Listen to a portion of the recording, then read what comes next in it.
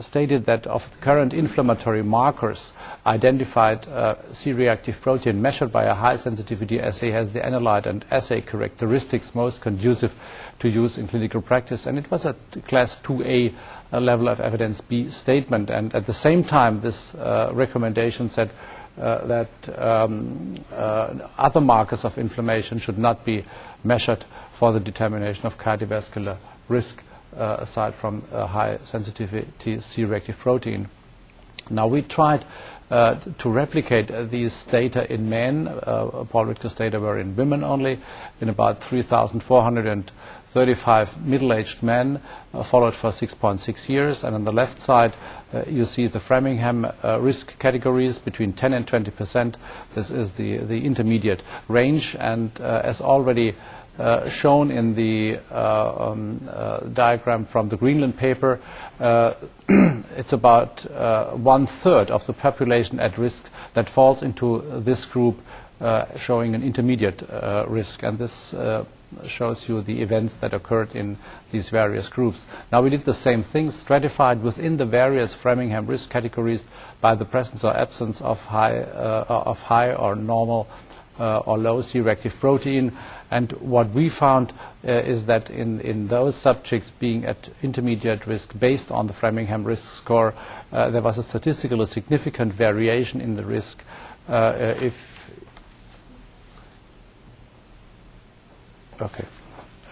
the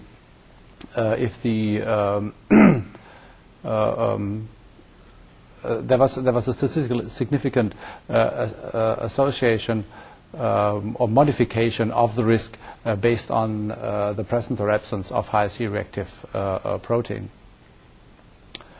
I'm skipping that.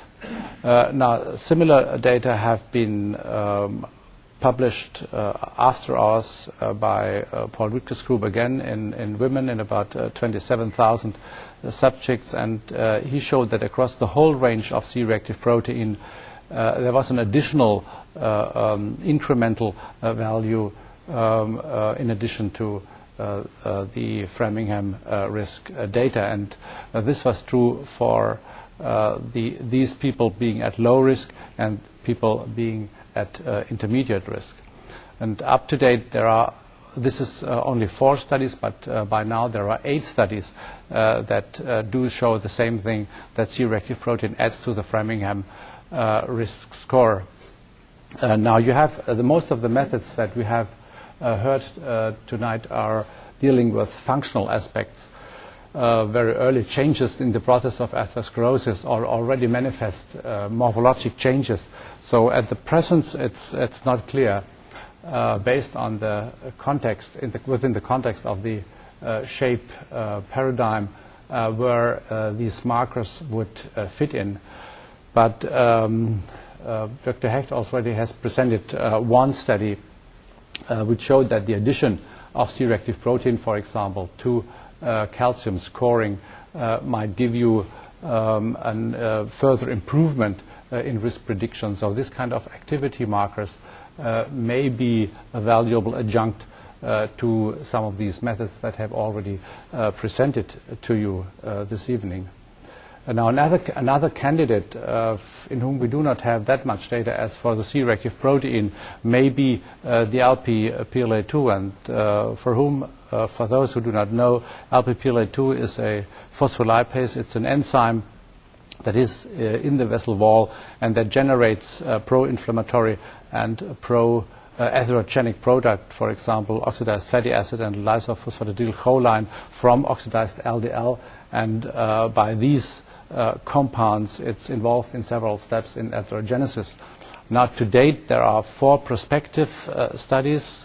As I said already, the evidence is not that strong so far as for C-reactive protein, but the first paper has been published only 4 years ago. It came from Boskop's case control study, and a 1 standard deviation increase in Lp(PLA2)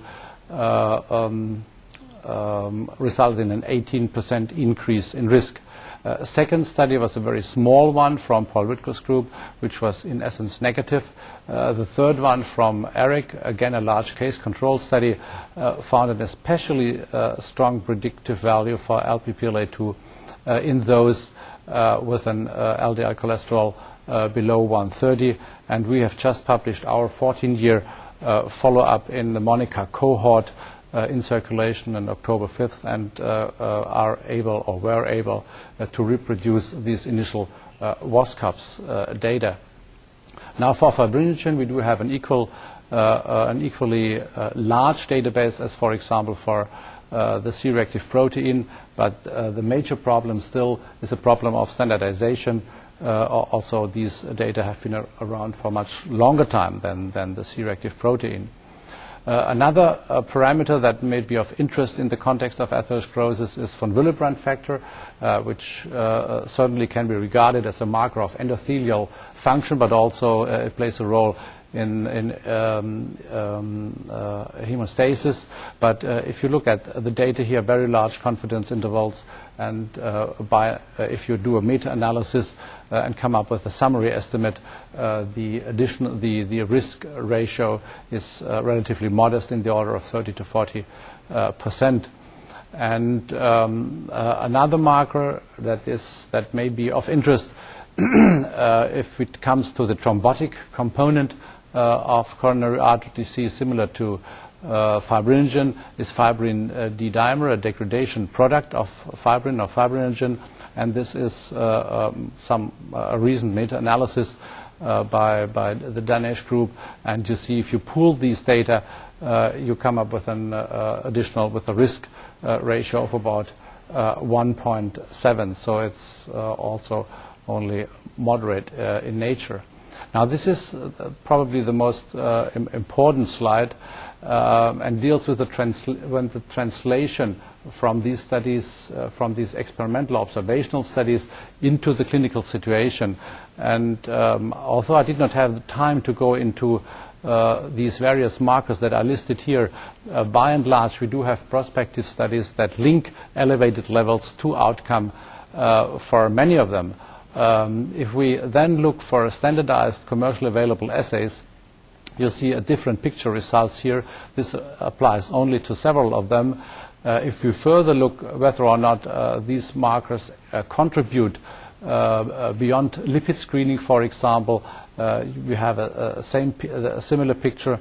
And finally, if we look into the traditional way, whether or not these markers add any information to the Framingham risk score, it's at present only the high sensitivity C-reactive protein, although I'm quite confident that we will have similar data in the near future available for the LPPLA2, because it is not that much associated with the traditional risk factors as it is the C-reactive protein.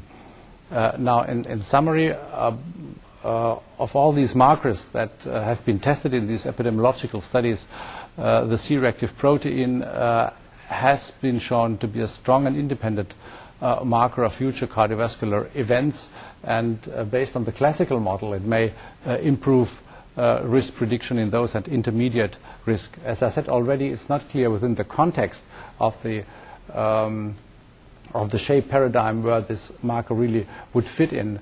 We have clearly to state that we do not have enough data, except, for example, for the PARC study that I've already mentioned. So we certainly need more data to see what this kind of activity marker can add in terms of incremental information above and beyond functional and structural information gained by other methods, in particular imaging methods. And we also do not know at the moment what other markers would play, what role they would play in the future. I personally think LPPLA2 is a strong candidate.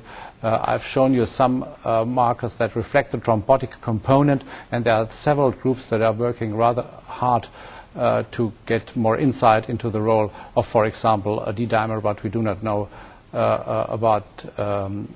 finally about their role in the context of this of risk stratification. So I think that's from my side all for the moment. Thank you very much.